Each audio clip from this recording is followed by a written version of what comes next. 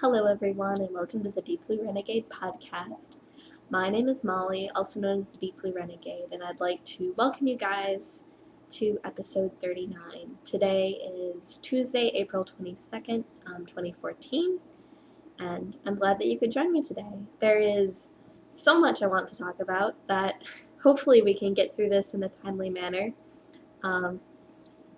In terms of, so it'll be a little bit of knitting, a little bit of spinning, quite a bit of Stashquisitions this week.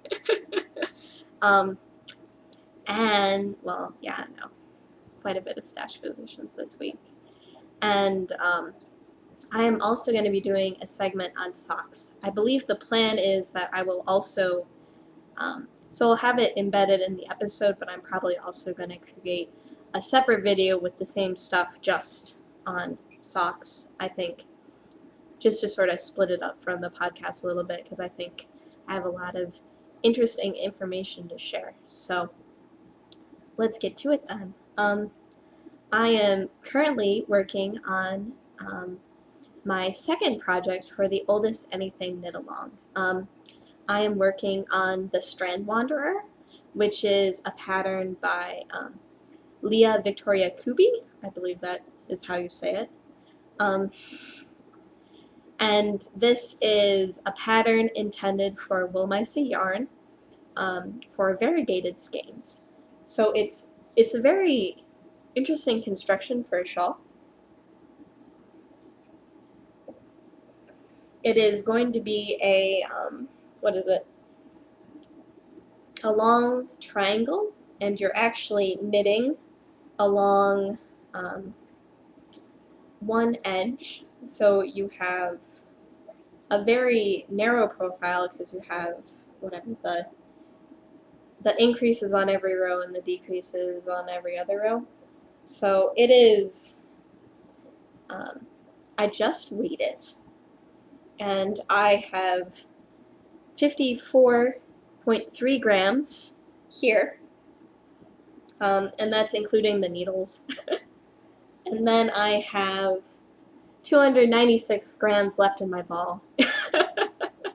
So, as it turns out, this was an especially heavy skein, so I need to make it so that this project is, what would you say?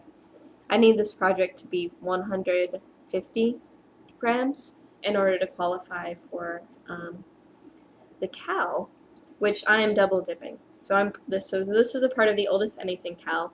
This is my oldest skein of Woolmeise lace. I ended up getting this skein, I believe, sometime in 2012 in a D-stash. The colorway was, I believe, it's Claudia Woolmeise's, like, random colorway is Versace or something like that. Oh, that was slaughtered, but no big deal. But I am pretty sure after knitting with it for this long that it is a weird different version, or a very dark version of M. Colton Polar, which is a combination of purple, blue, and teal.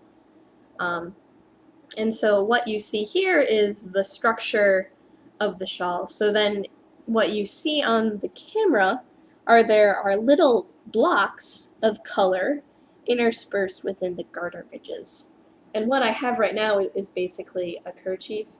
This still has to grow quite a bit more in order to be done. And I'm currently 14 stripes in. The pattern calls for, at least with the, what is it? The pattern actually calls for finger weight, and I'm using the lace weight, but no big deal. The pattern did 26 repeats for the designer's version of the shawl. I'm betting that mine is going to be quite a bit bigger. Excuse me. So it is a very interesting construction. Let's just get this out of the way. This isn't a pattern for solid yarn. This is only a pattern for those crazy variegated skeins. The other thing is, if you don't like short rows, or picking up stitches, or knitted on borders, or garter stitch, bad pattern for you. Because there is quite a bit of, so the color blocks are actually little 3-stitch segments of, are just little 3-stitch segments that are effectively a knitted on border. And so as you're going through the process of making the shawl, you're effectively casting off, doing a knit on border, picking up all those stitches again and working back and forth for a couple of rows before you do another cast off row, for lack of a better term. So I was a little bit worried initially that it wasn't going to be enough of a difference between the colors in order to really see the pattern, but I think it ends up making a really subtle and pretty effect. It isn't in your face punch sort of difference, but it is enough that it is doing a good job with the pattern. And based on how heavy my skein is, like I'm gonna have enough yarn to do a completely different shawl using this yarn again. So so that is a story there. So this is Strand Wanderer, and I feel like I've gone pretty far. I started on this Wednesday when I got my swap package, and at least at this point I now have enough shawl to wrap like a bandana around my neck. Obviously this has quite a bit of growing to do. So the tally so far is 14 stripes in this week, and it's only going to get longer and longer. I have 296 grams left in my ball of yarn. So that's probably going to be the most quantitative way of describing what's going on. I'm fairly sure that this was a 340 gram skein, so I'm 40 grams in, so I have about 110 more to go, probably. I'll have to verify at some point when I can get this off the needles or something like that, or weigh this set of needles so I can properly tear it out.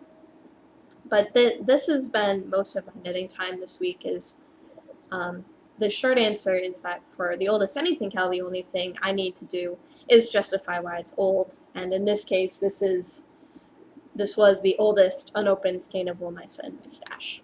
And I can't believe that I ended up putting it up as a possible swap item. Jeez Louise, it's a really gorgeous skein. For the Imagine It cowl, it had a bit more specific rules, so it was the case where I needed to swap a skein of Woolmisa lace with someone. It was organized by someone else. I ended up swapping away my skein of Fritzi Frizzante. At some point I'll end up getting it back. Last year I didn't participate in it because I had given away a skein of Fritzi Frizzante lace and I really wanted to knit with it, but I didn't really have plans. So it's not that hard to get the semi-solid colors, so that isn't a big deal. So I sent off my skein. I ended up receiving my package. So what I had to do was, once you receive your package, you can open it immediately. You take a picture of your skein that you're planning on using with your package items, and then you start knitting. So the earlier you get your package, the sooner you can start your project. I decided to do the Strand Wanderer project because I thought it would be a really good way to use up, to really show off my multi-lace. The multicolors of lace are generally much harder to get a hold of. So it's sort of the case where on one hand it's sort of you can be a Woolmisa user or you can be a Woolmisa collector, and I try to stay more on the user side than the collector side, so it's sort of the case where I'm like, gorgeous skein, use it now, yes. But if you are a collector of Woolmisa, the multi-skeins tend to sell for more money than you bought them for and stuff like that, so I don't know. It's a whole interesting thing, for lack of a better word. It's one of the few yarns where you end up coming out even if you decide to destash or something like that.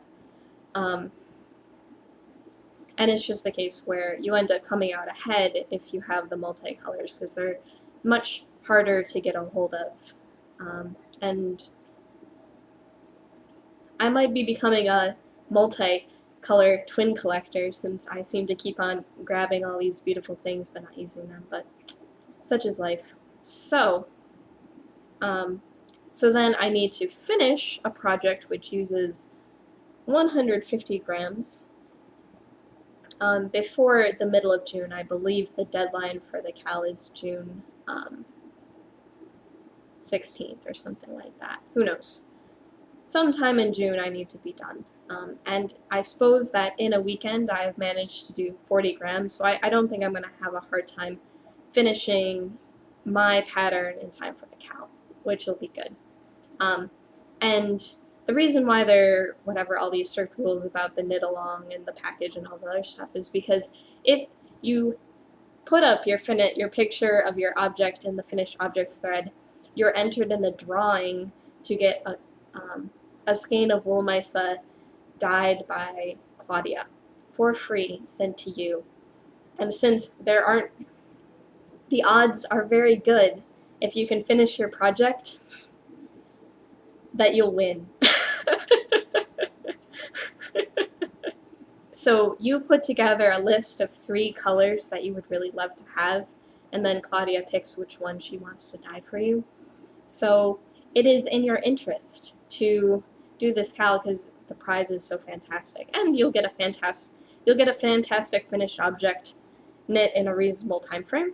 Because I know that some people, for example, really struggle with getting their whips and finishing all their whips, where that maybe isn't as much a problem for me.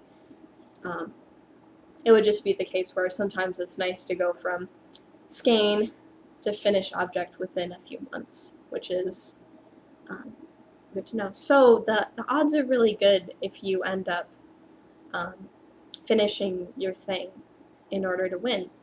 So I'm hopeful. At this point, I guess I'm not too worried about finishing, but obviously enough, there is a lot of yarn. And the knitting of the Strand Wanderer it was very exciting for the first couple of stripes, but now it is not exciting anymore. The good news is that it's easy knitting. So, for example, my socks, not so easy, not so mindless. So the Strand Wanderer is a really good project for carrying around with me, and so I really appreciate that. Speaking of the socks, I don't even remember if I worked on them last week, but I can show you guys anyways. It's probably been a little while. Oh well, it's not the end of the world either way. And perhaps it can also feed a little bit into my sock talk later, because I'm actually doing a new to me heel for this pair. So I'm just pulling this bad boy out so I can show you guys. The pattern is Maritz. It is by Stephanie van der Linden. It is from the book Op Art Socks. I am knitting this out of 2 yarns. I'm knitting it out of fiber webs, which I was mistaken. This is actually a yarn that I got in a 20-something swap. So this red yarn is actually local to, I believe, Canberra, Australia. So it wasn't the San Francisco Bay Area. That's a blue skein I have. So this is an Australian yarn, not a San Francisco yarn. And then the black I am using is Kretzer On Your Toes, which is a a wool nylon blend with aloe vera. And this is how far I am on the heel flap. So I must have gotten somewhere on this pair of socks. I don't remember having this much done the last time. And what's probably interesting to you guys is that it's actually a strong heel, I believe. And excuse me. I haven't had a chance yet to have my husband, the Deersweet Level 1, try them on to make sure that they're still fitting at this point. But it's the case where you are knitting the flap back here and the gusset here along with the instep at the same time. So, so if you are uninterested in picking up stitches, this perhaps is a heel pattern that might be right for you. I think the reason why the Stephanie Vanderlyn decided to take it or do this particular type of heel was that it is,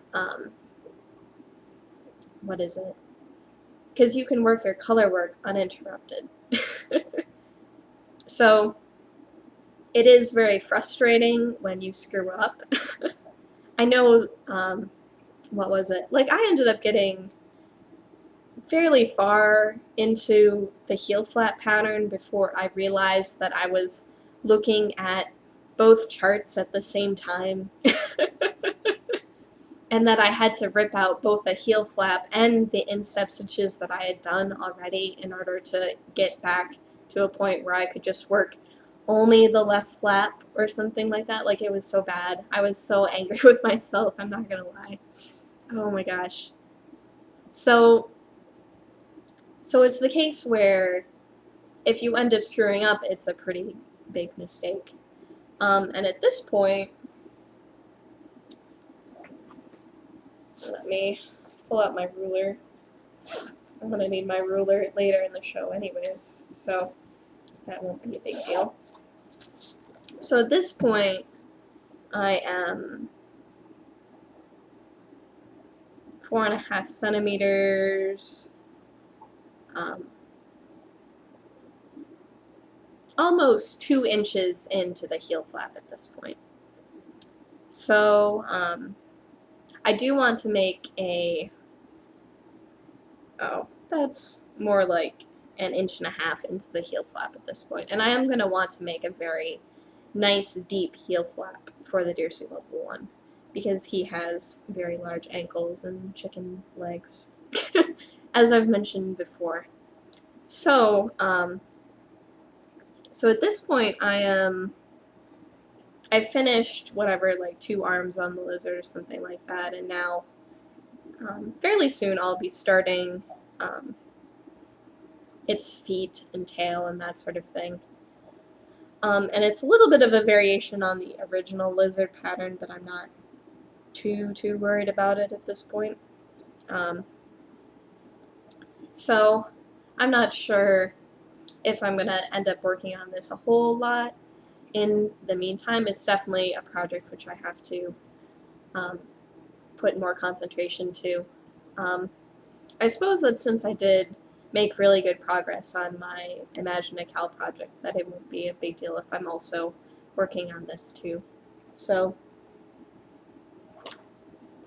I believe that's all that I wanted to talk about on this sock. So it's coming along. I do need to have him try it on to verify that all of the modifications are good.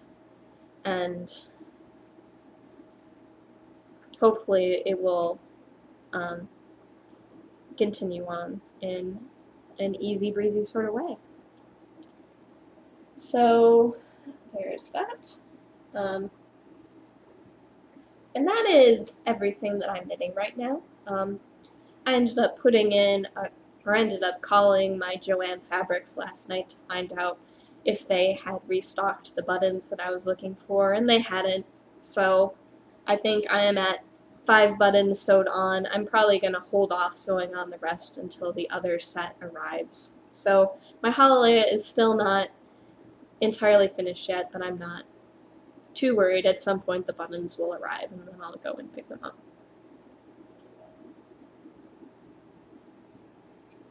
Do a little coffee stirring. It was really funny because if I'm talking faster than normal today, it was the case where I was getting ready to record, and just about when I was to record, my husband ended up walking in and for lunch. So then I had my cup of coffee already, and I had all this stuff arrayed around me, and then I ended up just hanging out with him, and I drank my cup of coffee. And so then I ended up getting a second cup of coffee and I started to record, and I realized that I had none of the information that I wanted to give about the Strand Wanderer. So I'm like, ah. So then I sat down, and the project was in a really bad place to show it off, so then I got it to a good place to show off. And so then this cup of coffee is a little bit cold now. And I've had more coffee than I usually do because I wanted to have a cup of coffee while I recorded. But I had already finished the cup of coffee that I intended to drink while recording. Woo! And now it's getting a little bit cold, which is sad. So I have one other project that I'm doing for the Oldest Anything Cal, and this is my oldest obligation project, which is I told my mother-in-law Joni that I would spin any fiber she bought for me at Rhinebeck, and so she bought 2 braids at the fiber optic booth for me to spin for her. And this is the second half, which is looking still pretty green at this point. I am in the dark green now. Here, we can maybe show a little bit better how I'm just starting to get into the darker green and teal colors in this guy. And I don't think I've been spinning this nearly as fast as the first half. So this is the first half.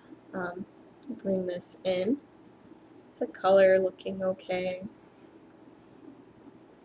Yeah, no. So you can see that I'm out of the lighter green and into the darker green. So this went really fast. I ended up doing a lot of spinning while watching movies, so I think that had a lot to do with it getting done in a much quicker manner. But this is coming along quite nice, and I'll tell my whatever funny story about fiber optic a little bit later. But it still seems like I have quite a bit left to go in my braids, so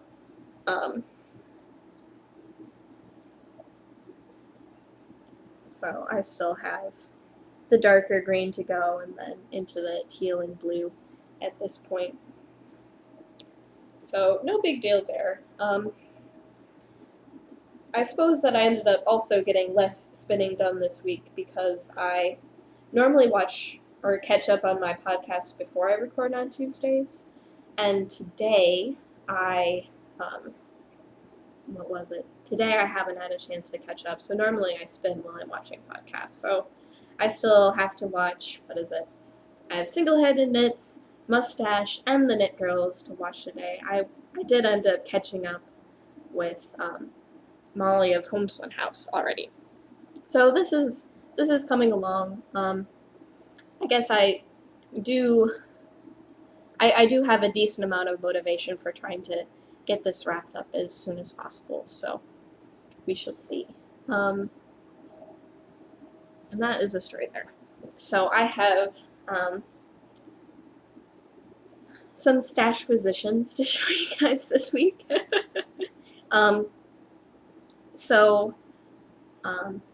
First I'll end up showing the stuff that I ended up getting with my swap package.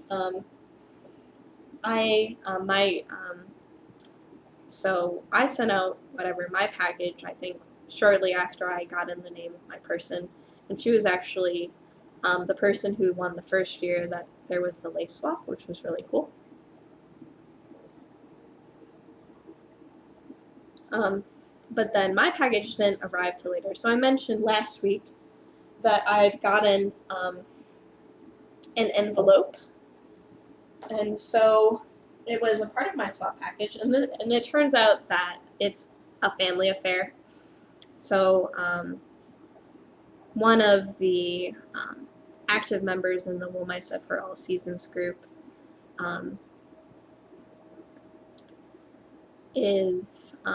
she has 3 daughters, and 2 of her daughters tend to participate in the swaps. So I ended up getting Alice, aka A Wagers, I believe it's A Wagers, as my partner, and then her mom is Karen Knits and her sister is Shidaba.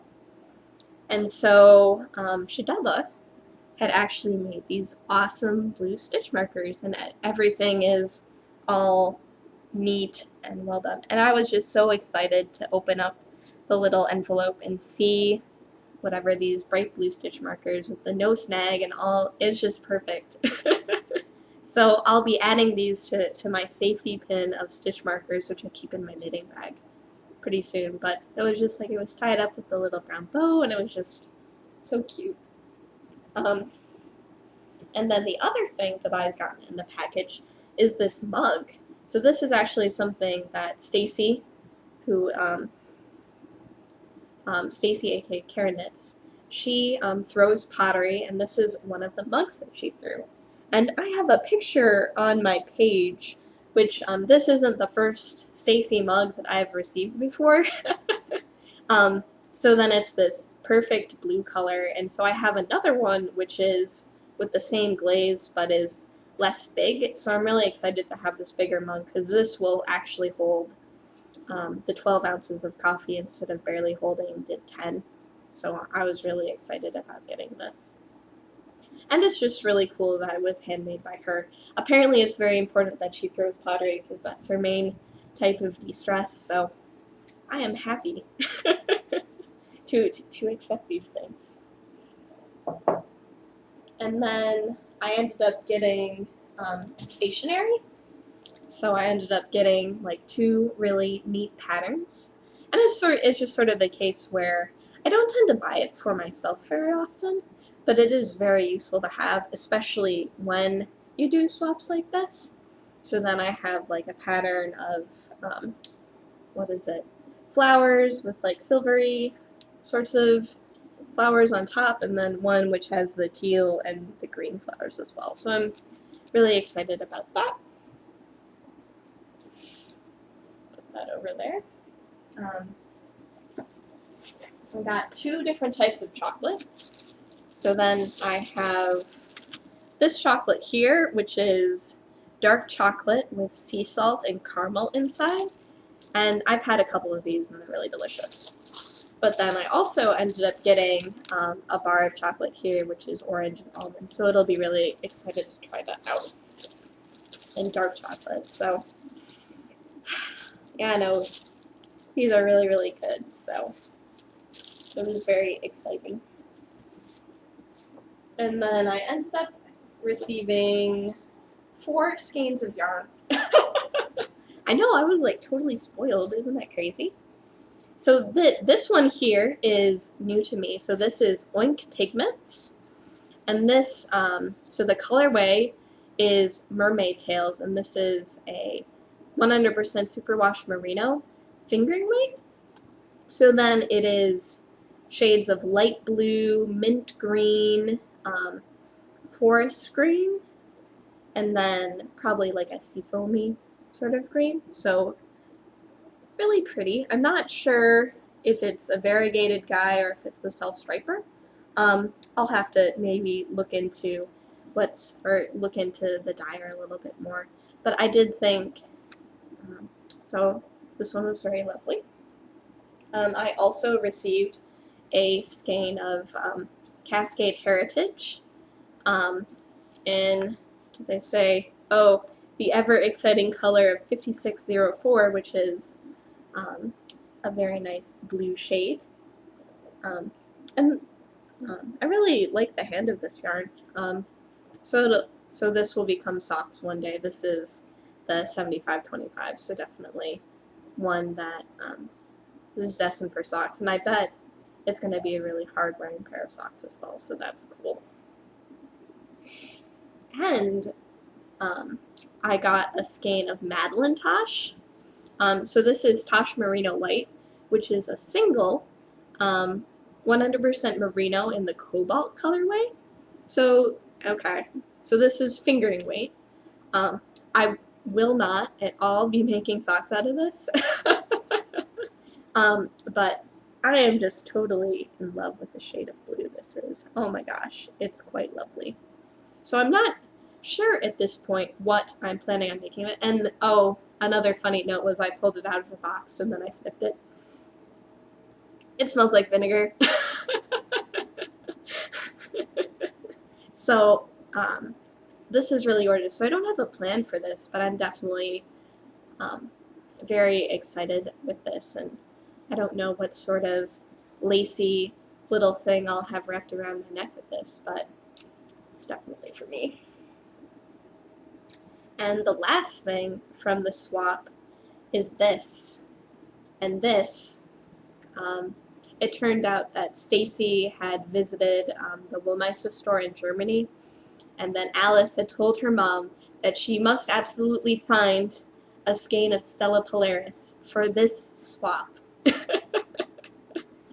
So this was, apparently Stacy had to dig around quite a bit in order to find a skein of Stella, but man, oh man, Stella Polaris is probably my favorite Wollmeise blue, so I'm just so thrilled that I'd got this skein in the scarf, or I got this skein in the swap. And it's just this gorgeous, tonal, light, medium blue. It's the case where, so this is the scarf that I wove. And Stella Polaris is what I ended up using for the warp for that scarf. So I am quite thrilled with this skein. No plans as of yet, but I do have many different patterns, which this would be great for. Already in my library. I have a lot of Renee Levington designs. I haven't knit any of her patterns, but I ended up picking up several when, what is it? I ended up picking up several patterns when she ended up having like an 80% off sale. So I have some really cute designs which I would like to be able to get to at some point. So I am quite thrilled. I am never swapping this skein. I am definitely using this skein. And it's quite lovely. So that isn't the end of the Stashquisitions though. I also really need to photograph these guys and put them in my stash, because it appears that this month is just going to be a bad month for the stash graph. And that's the end of it. But, oh, I totally forgot to check. So I ended up getting a message from a viewer, and I am looking up her name because it has escaped me and I feel bad. Sorry. Come on, internet, move faster. So I ended up receiving a message from a viewer. So she is fairly, or she ends up living in whatever, outside of Indianapolis. And she was talking about a fiber festival that was happening this weekend. I've actually heard about this fiber festival since I had come. Okay, so her username is Kayak Girl, and her name is. I thought it was. Oh. Apparently, her name gets to be a secret for now because she doesn't have it on her Ravelry profile. But she was so nice to be like, hey, I'm going to the fiber event this weekend. And I'm like, oh crap, the fiber event is this weekend. So I ended up sending a message to all of my knitting friends, and we managed to put together, a little group of us to drive down. So the fiber event is in Greencastle, Indiana, which is a little bit more than an hour south of here. And so, and it was the case where I was out of town this weekend, so the only day that I could go was Friday. So it was like, hey guys, I know you have to skip class. Let's go. So it ended up being where one of the people who wanted to go along ended up being sick. So it was just Joyody and me. For some of you guys, Joyody is, or we ended up recording together as a part of her podcast, which was Joy and Smiles. And so Jordy and I ended up driving down. And we tried to be personal shoppers, but it didn't work out so well. um, and So it was sort of, it was entirely, it was very close to spur of the moment. So I had found out Tuesday that the fiber event was going on, and then we ended up going down. We ended up walking the entire circuit. So what would be the other thing? The other thing about it was, the other thing was it turned out that I needed to hug the owner of River Wolves. So it was the case where I've really wanted to get down to Terre Haute to give her a hug because she was a instrumental part in, or what is it? So it was the case where I was knitting in class to pay attention because I was having a really hard time concentrating. And I found out later that her husband, my professor, had asked, like, hey, this girl's knitting in class. It's sort of weird. And she's like, you can't let her stop. You can't let her stop. And I'm very happy to say that my GPA skyrocketed after I started knitting in class. So either I figured out how to be an engineer or just knitting is what I need to do in order to concentrate. So it was the case where I needed to give her a hug to thank her because it really did make a big difference in my time in college. So I gave her a hug and we looked around her booth, and she actually had some very interesting things like Corriedale sock yarn, for example, so I thought that was very interesting, but I ended up not purchasing any yarn. Jody and I ended up making this circuit. We talked to, it was like a collection of like indie dyers and farmers, and whether or not you wanted like the garbage bag of raw fleece versus hand-painted roving versus, what is it, drum-carded like art bats, and so there was a really wide range of things at the Fiber Festival. And apparently in recent years there has been more yarn. There was a shop there that just had books and books and books. There were a variety of like woodworkers, so you could get handmade niddy noddies and stuff like that. And so we ended up walking all around and looking at everything, or so we thought. It turned out that fiber optic was there as well. And we didn't go into that building. So we totally missed going to the fiber optic booth. I am so pissed. Because I had fiber optic fiber that I was spinning.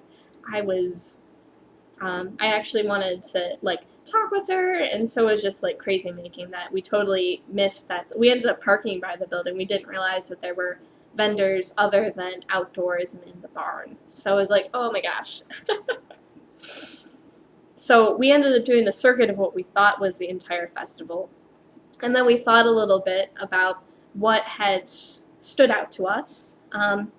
And so Jody ended up picking up some, what is it, drum-carded roving, which had silk noil flecks in it, and sparkle, as well as some comb top that was, it was very interesting. So I think it was the case where it was a blend of many different colors at once. So it was the case where the locks were dyed and then it was turned into top instead of turning it into top and then dyeing it. So it was definitely a very different presentation of fiber prep.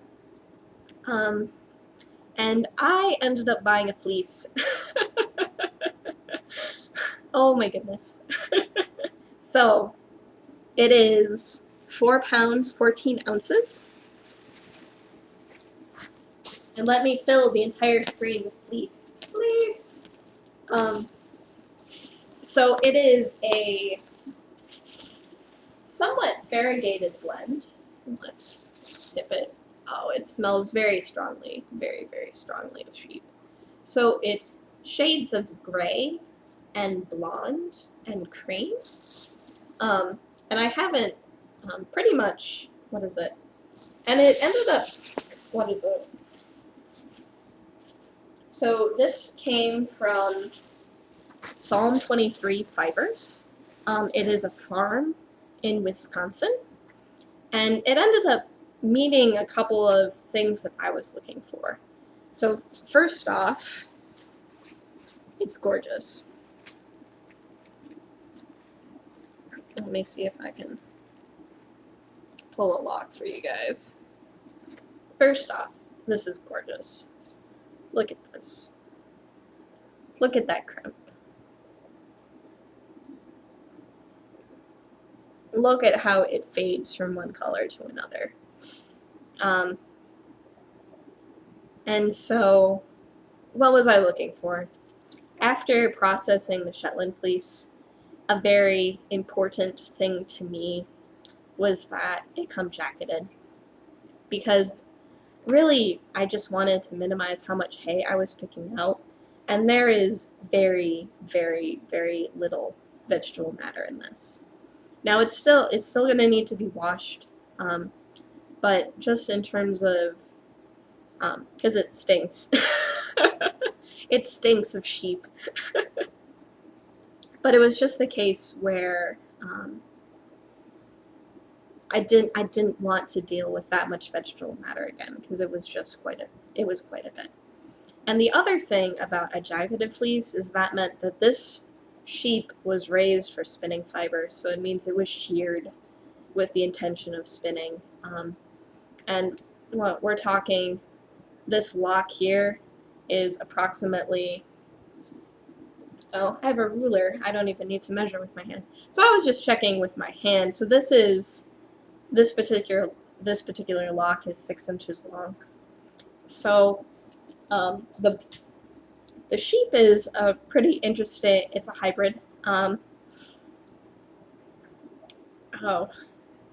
So it is a Corriedale crossed with a Shetland BFL cross. So actually, I think I ended up writing that down wrong. So it's the case where you have this really nice stapling. And in terms of the price was how much money I had in my wallet. And really, the price was $1 an ounce, and I ended up getting 78 ounces. So this is 4 pounds, 14 ounces. So it's the case where you got the nice long staple with this gorgeous, gorgeous crimp. And then it has a very great deal of softness. And how did I know that this was going to be the one for me? I was definitely looking for fiber I could dye if I felt like it. The brown Shetland fleece was entirely too dark. I couldn't do that. I was looking for a clean, fun spin. And so what I ended up doing was there were 2 fleeces that I was looking at. So I went to this booth and I asked if I could spin a lock, and then I had my spindle ready to go, and so then I pulled a lock and then I spun a sample, and then I let it twist back on itself to test for basically a 2-ply yarn. And then I ended up going to the other one. I think the other one that I was looking at was like a Shetland lamb, so it was definitely a much smaller quantity of fiber. And then I went to him, and I went to that farmer, and I asked him, like, hey, can I spin a lock? And he's like, yeah, sure, go right ahead. And so he was telling amusing stories about raising sheep. He was such a sweet guy. Joydie mentioned that she would have probably bought the fleece from him just because he was so so friendly. But it was the case, so then I spun a sample of that, I pulled it in half, I let it ply in itself, and then I compared the 2 samples, and then it was the case where I really liked this, or I really thought that there were a lot of good possibilities with this one. So it's something where, because it is a long fiber, it's the case where you don't want to put too much twist in. And what was it? It was the case where it didn't have one of the Shetland features, which is the case where you have, within a given lock, there's a really downy part and then there's a really hairy part. And you want both when you're spinning, because the downy is giving it softness, but then the longer part is giving it a lot of structure. And so this one was much more uniform in terms of the lengths of the locks and stuff like that, and it was definitely way cleaner. So then, like, I held both samples in my hand, and then I checked how much money I had in my wallet, and then I went and I bought Ginny, the Corriedale Shetland BFL Cross. So, and part of the reason why I ended up going with this one as well was that it's not very often that you see BFL fleece for sale. So even though this is a cross, you end up getting that really long staple length, which is going to be good for a variety of different projects. So it's the case where, for example, my merino spinning, like, it pills like no one's business.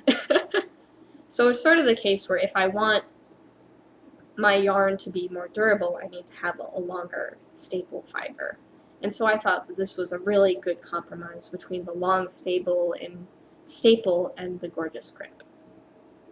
So, but obviously it's like filled the screen with fleece, so there is quite a bit going on here.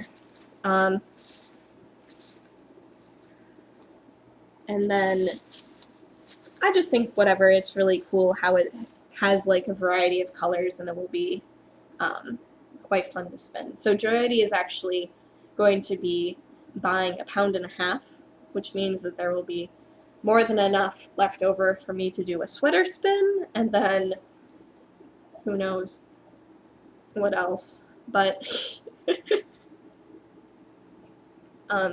yeah, so this was what really stood out to me at the Fiber Festival, was this particular fleece was just something really interesting and exactly what I wanted to do next with the fleece. So even though I'm not done spinning the brown Shetland, I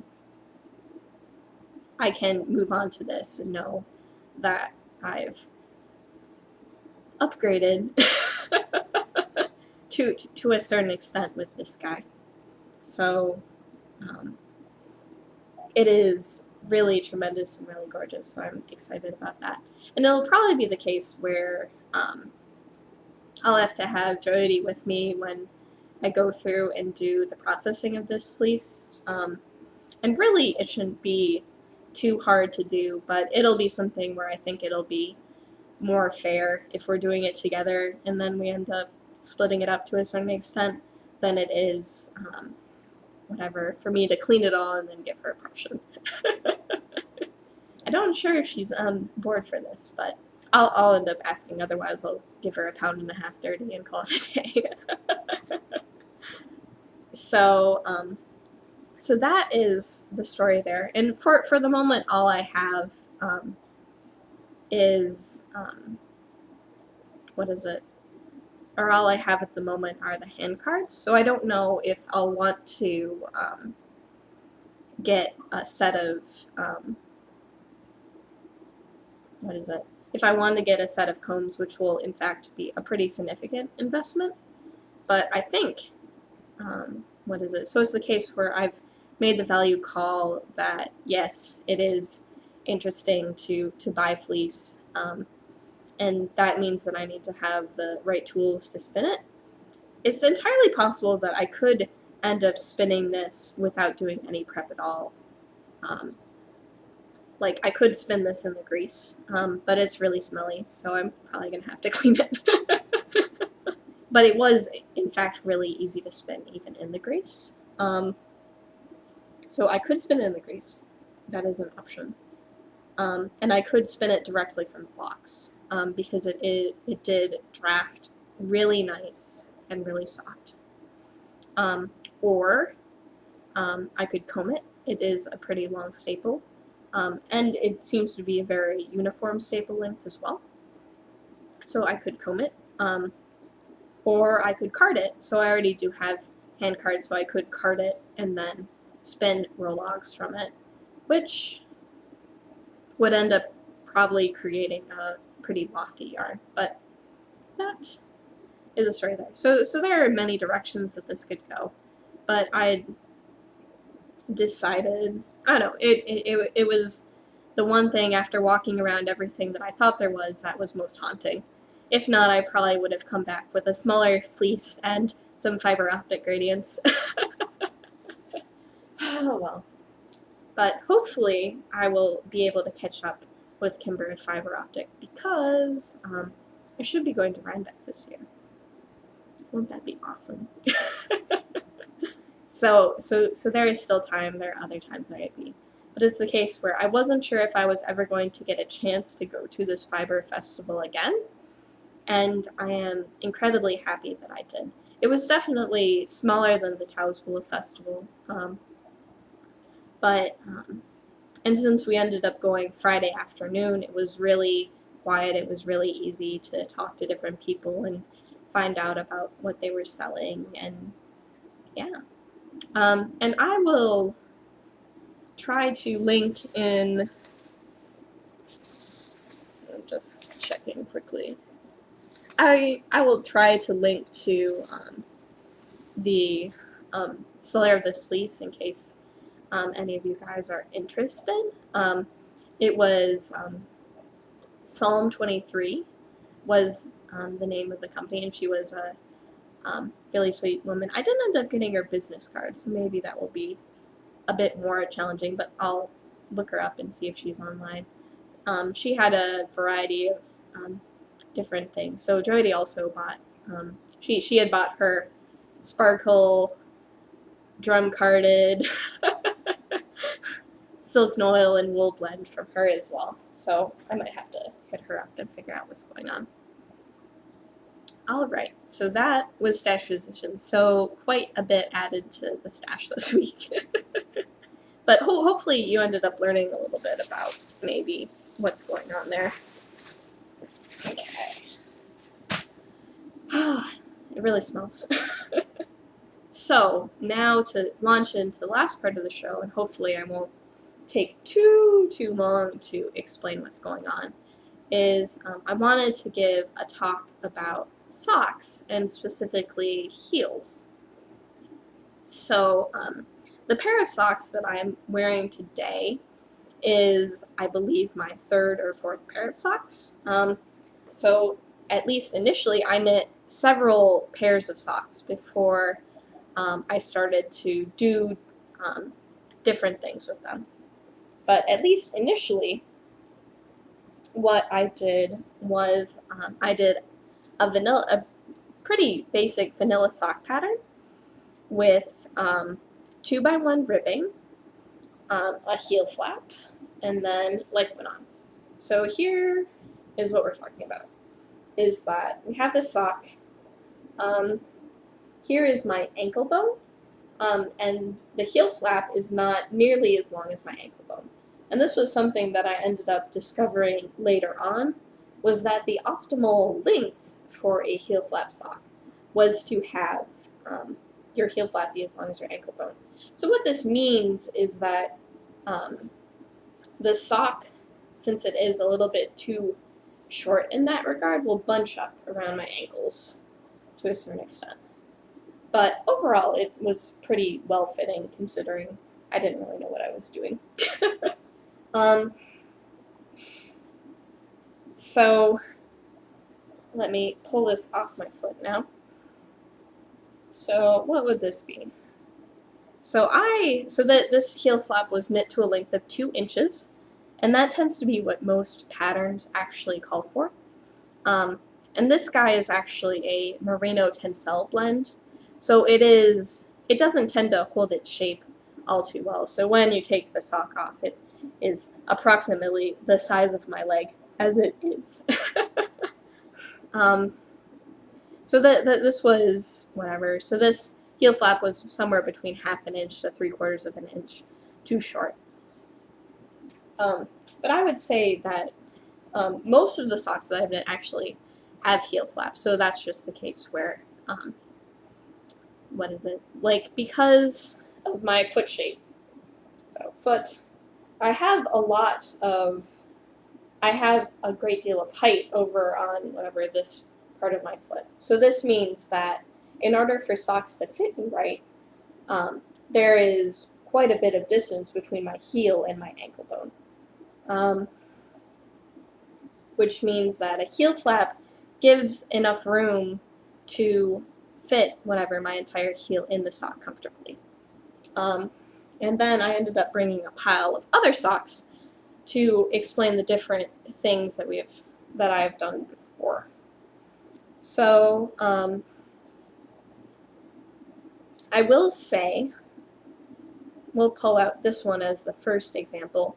So it's the case where if you do have a high instep, if there ends up being a lot of distance between your ankle bone and the floor, and all I do to take that measurement is I'll take my ruler, I'll stand on the floor, and then I'll use my ruler pressed up against the floor to measure the distance from my ankle bone to the floor.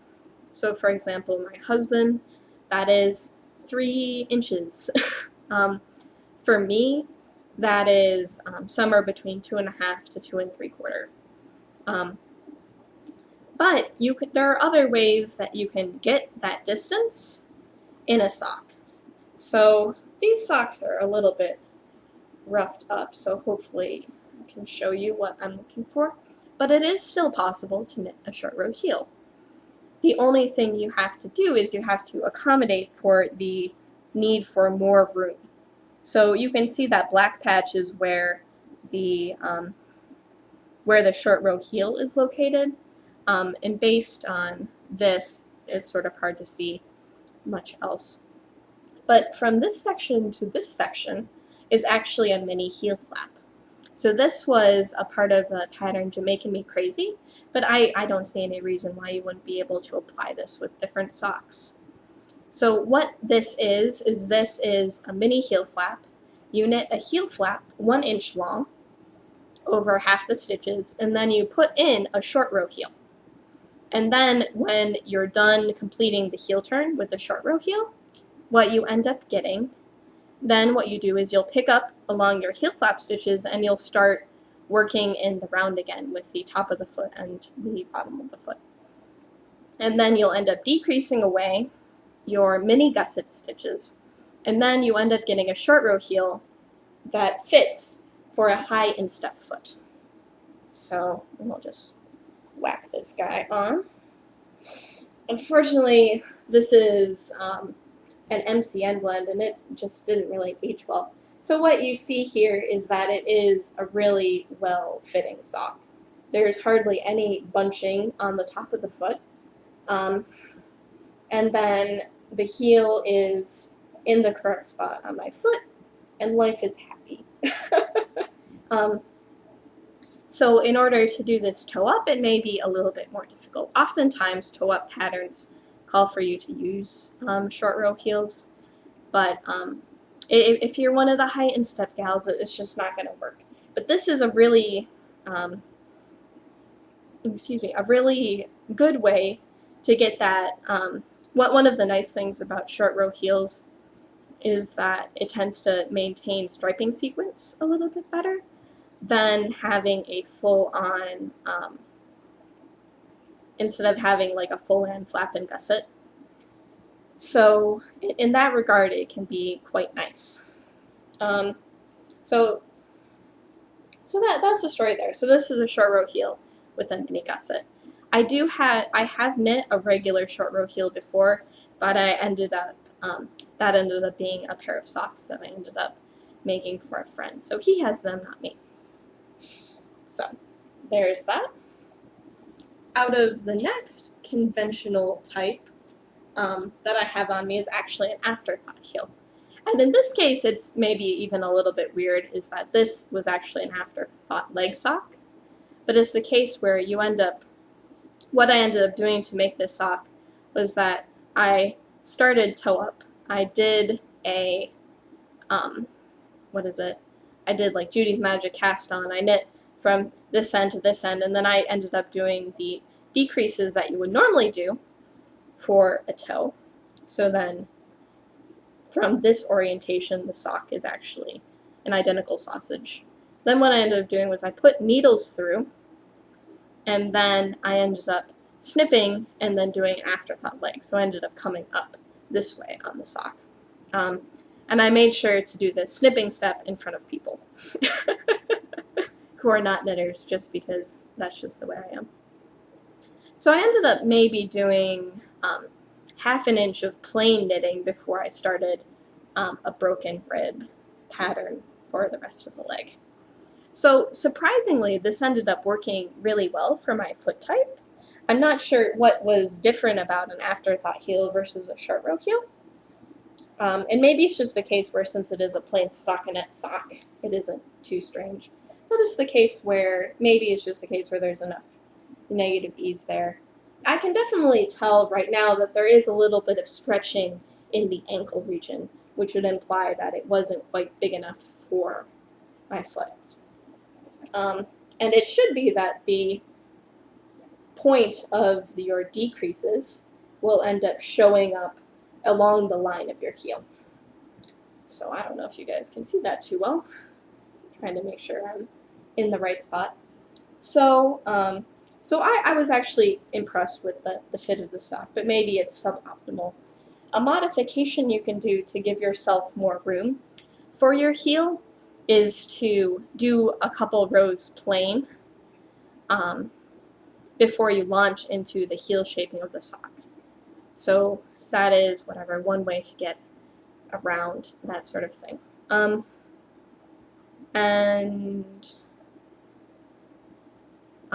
Afterthought heels tend to be used a fair amount in striping socks. In this case, this was a no-pool variegated yarn, so it ended up not really being an issue at all. So and what would be another thing going on here is that there is no reinforcement. So it'd be the case where one of the nice things about the flap and gusset is that you end up making very thick fabric in the vicinity of your back of your heel. And that, at least for my socks, that's where a good deal of the wear ends up showing up. I don't know if you guys can see how roughed up these guys are. Oh well. So, what I have here is a toe-up flap and gusset sock. I ended up using Wendy Johnson's recipe. This particular pair of socks called for a short row heel, and I knew that since that wasn't going to work for my foot type, that I was going to have to do a flap and gusset. So this one has the reinforced section. The problem which I have with toe-up socks is that I don't have them as well pegged as I do for top-down socks for how long I need to knit the foot before I start the decreases.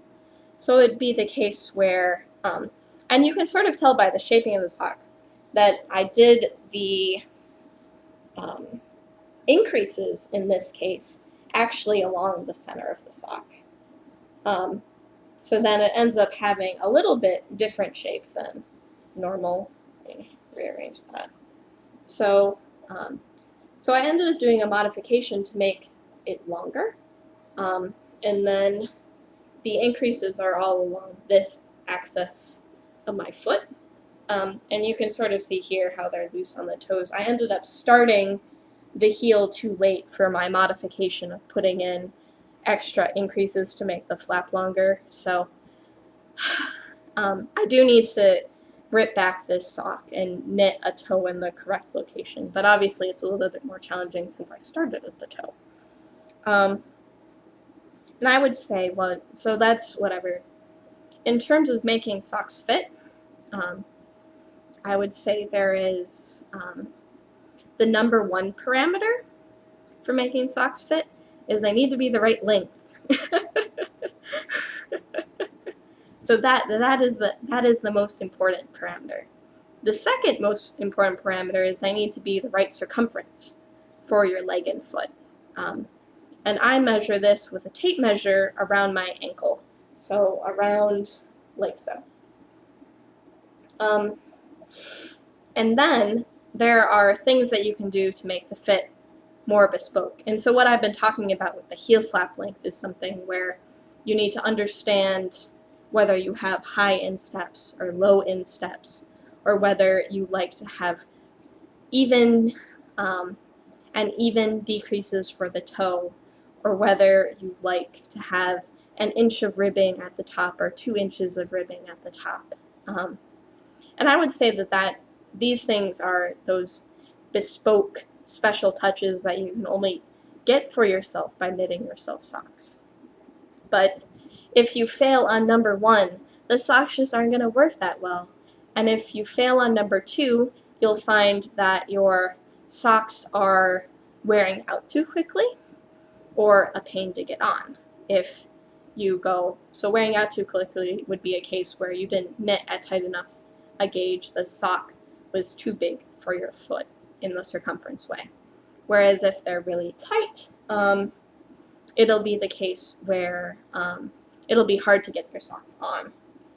So in this case, I failed in length. So it's a really, really gorgeous pattern, but it ended up turning me off for toe-up socks for quite some time.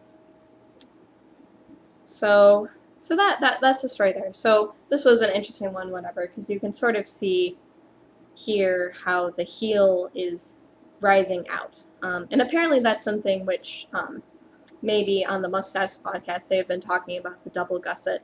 There are reasons to put the gusset on the bottom or whatever, to have those extra gusset stitches on the bottom of the foot instead of whatever along the side of the sock. Now, talking about socks that perhaps are nearly too small, I have this one out because it shows a really good example of an eye of partridge heel. So this is a case where instead of having even rows of slip stitches, what you have are alternating columns of slip stitches. So it looks really great in a variegated yarn. But this sock is just that a little bit too small. I knit this pair on zeros because I wanted to have a nice tight gauge, but you can sort of see how I didn't change my stitch count any in order to make that work, so it's fairly stretched out. This is about as tight a sock, and it takes a little bit more to get it on, but the colors are so gorgeous. And it ends up illustrating fairly well one of the problems with doing variegated yarn and heeling gussets is that you end up getting flashing in this region. Or, sorry, hold this there. You end up seeing a flash here, which is, I can't do that way. But there's a really big flash because your stitch count changes quite a bit in the gusset region.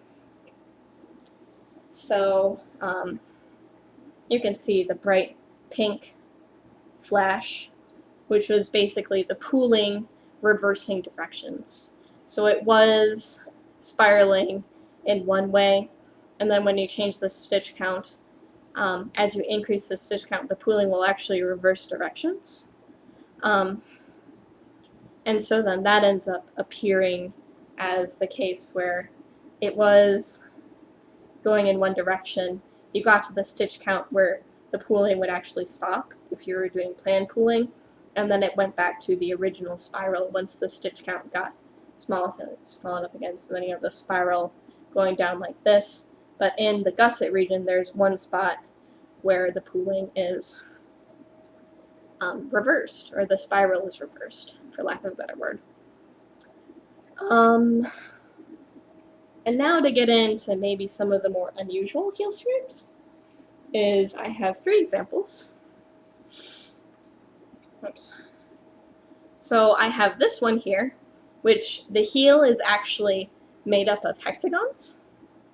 So in the hexagon sock by Kristen Hall, the bottom part of the heel here is made up of 1 hexagon, and then there are 2 that act sort of as the heel flap. And this ended up fitting really well. There wasn't anything that I did to the pattern to change it to make it fit better. So it was just the case where it ends up hugging my heel really nicely for whatever reason. And it's just sort of crazy looking there. So I don't know if I would ever put a hexagon heel in another sock, but it was a different way of making it, so I figured I'd show it. This sock here is one of the patterns that I ended up translating from Estonian. Excuse me. So this sock was actually started at the heel and worked in the round outward from the point. So it's a really great pattern. So this is Saki Un. I'm forgetting the last word. So then I actually knit this over. I knit this as basically a rectangle until I could get the sock to wrap around my ankle. And then at which point I started to work in the round as normal for this. And I don't know if I ended up getting the length right on this sock, but so it's sort of the case where it will bunch a little bit if I do that. And the heel tends to move around a little bit because there's not a lot of structure in the ankle area. But it ends up having a really striking visual effect at the very least, because you end up having these different directions of stripes on the foot. And then it has a pretty funny toe, so this is actually a star toe on the top of whatever, on the top of the foot instead of the side. And I really do need to get around to making a nice PDF copy of this pattern that ends up being a standalone. Right now, the pattern that I ended up writing up is more of a recipe, given that you've knit a skew before. Oh, did I not bring a set of skews? Oh well. Such is life. And then so the skew is probably one of the most bizarre heels that I've ever knit, and so it's sort of hard to wrap my head around how to modify it in order to make it fit better. But this was a very interesting heel, and this is probably the best fitting toe-up sock that I've made. So it's sort of the case where you end up working short rows in the area of the heel, and then you end up having all these live stitches around the perimeter of the sock. And what you end up doing is you actually knit on a, for lack of a better word, a horizontal strap that goes all the way around the heel. And then you end up doing a 3-needle bind off to sew it in. And then from there you can work the leg. So it was definitely a very, very different construction. I ended up making the strap wider because I wanted the strap to, what is it? So this is a free pattern. The pattern is called Ornamental. So I ended up making the strap longer, which meant I had a little bit of increases on either side of the sock. So maybe, what is it? I probably ended up increasing 10 stitches on each side in order to make a little bit more room for my instep. And then it was basically a knit-on border. So then you would knit 2 together with the last stitch of your border, and the heel stitches which were on the bottom of the foot. So there's the bottom of the foot, and there is the inside part of it. And I'm wearing this sock on the wrong foot, but that isn't a big deal. So then it was just a little bit of gusset increases along here to better accommodate my high instep. But then, it wasn't too bad to actually work this heel on my own. So, that was good fun there. And then it was interesting because I ended up incorporating ribbing on the back of the leg, so then it wasn't just a pure stockinette sock from that regard. So it was very interesting heel to knit, and I was really impressed with the fit of it. I don't know if I would ever, and there you maybe can see a little bit better the seam that I ended up doing a 3-needle bind off on to connect the heel flap to the held stitches on the other side. So definitely an interesting construction. I was really happy with how it turned out. Like, I wasn't sure when I started to do the sock that it would work out, but it turned out to be fine. And I want to leave with one final parting note, which, so this pair of socks here is quite gorgeous, but if we compare them with maybe another pair of socks here, so in terms of foot length is the same between these two socks. But what you can see here is that there is, this sock is about 2 inches longer than I normally knit. And so one thing to note about, in terms of important dimensions on yourself, is you do need to note where it is that your calf starts flaring out on your leg. So in terms of whatever, so this is just my normal heel flap sort of thing. And what you can see here is that a normal sock would end somewhere along this line on me. But this sock is actually 2 inches longer, so it's actually into the wider part of my calf. And so one thing that you need to figure out for yourself is you need to figure out where on your leg your calf starts to expand, and not knit socks past that point. So it was sort of the case where I was knitting the monkey pattern. I did an extra inch of ribbing from what had been called for, and then I did as many pattern repeats as the pattern had called for. And what this meant was that this sock was too long for my leg. So what ends up happening is that throughout the course of the day, the sock will slouch until it gets back past the thickest, or whatever, where my calf starts to flare out. And then it just sort of is scrunchy on my leg.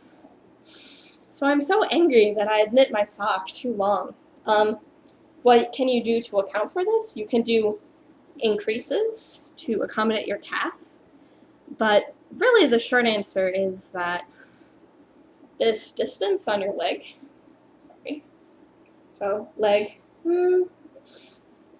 like there's the point right there where my calf just starts to flare out, and that's as far as you can go with a sock. You're gonna have a hard time.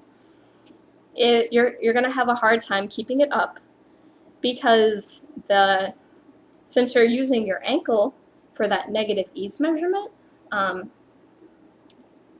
it's just going to be too much negative ease. So it'd be something where if you have, for example, 10% negative ease at your ankle in your calf, you probably don't want any more than 20%. And it's the case with this pair of socks that once my calf starts to flare out, like that's like 30% negative ease. That just doesn't fit. So it's sort of the case where, yes, socks can be too long, and you're gonna have to either accommodate with like calf shaping or something like that in order to make sure, or just knit socks so that they go no further than where your calf flares out. I think that would be the short answer. So it'll be the case where often common problems will be, so then problems that you can have with socks would be, why are my socks slouching? And there could be 2 reasons for that. They could be too long, which would mean that where your calf is, it has too much negative ease, so they end up sliding down. You can have a heel flap, which is the wrong length for your foot, and you will get bunching if it is too short, and you will get bunching if it is too long. you can also have slouchy socks because your circumference is too big. So maybe your gauge is too loose, or it'll be the case where you've cast on too many stitches, and so then there isn't enough negative ease. So with negative ease, like 15% is a good number. And that ends up accounting for the region between your ankle and before your calf flares out, and it's also pretty, like, by measuring your ankle, it tends to be pretty good for your foot as well. And then it'll be the case where, what is it? Like if your heel's sliding out from under you, that might indicate that you have the wrong shaped heel for the type of foot you have, or something like that. And not to completely freak you guys out if you're not sock knitters, but it's just the case where you can make a really good pair of socks just knowing how long someone's foot is. And then knowing whether or not they're like a guy or a girl or something like that. So it'll be something where if you know they have a size 11, if it's a guy and they have a size 11 shoe, 72 stitches, 8 stitches per inch, and then you look up somewhere on the internet how long a size 11 shoe is, and that will get you most of the way there. If it's a woman, 8 stitches per inch, 64 stitches, and you look up their shoe size, and you'll get a really nice fitting sock with just that information. But if you want to make a really amazing sock, you might need a little bit more. And that would be the case where you'll measure around their ankle, you'll figure out how many inches that is. From there, knowing your stitch gauge, you can figure out how many stitches that is. You need to subtract somewhere between 10% and 20% for the negative ease that you need in order for the sock to last long and to stay up on their foot. And then you can knit them a sock. In terms of foot length, if you have them stand on a ruler, and that will give you how long their foot is. And you're going to measure from their heel to their big toe. And then generally you account for most heels tend to take, or what is it? So if I'm knitting a top-down sock, for example, I will start the decreases for the toe 2 inches before that measurement of their foot length. And generally the toe that I favor is a 1.5 inch, which I believe counts as like a round toe or something like that. So initially I decrease every other row until I have half the number of stitches, and then I decrease every row until I have half as many as that half. Until whatever, I have a quarter of the stitches or something like that, and then I'll graft it closed. So then that means that I've built in 1/2 inch less of foot length than, what is it? I have 1/2 inch shorter foot than the length of their foot. And because socks are stretchy, they'll end up fitting quite nice. You don't really want to have too much negative ease in length, but having positive ease in length is definitely a problem. So there are more sophisticated things you can use for socks, but the big thing is length. After you get down the length, which I think you can do the first sock you knit, then you start to dial in on your circumference, which is basically that around the ankle measurement. And then after you get a really good idea about what that means for your sock in terms of how many stitches you cast on, then you start worrying about the details of, is this the right heel type for me? Is this the right amount of ribbing? Do I need to add a mini gusset or something like that in order to better accommodate my foot? What type of toe feels the best? What type of gusset decrease hugs my foot in the right way?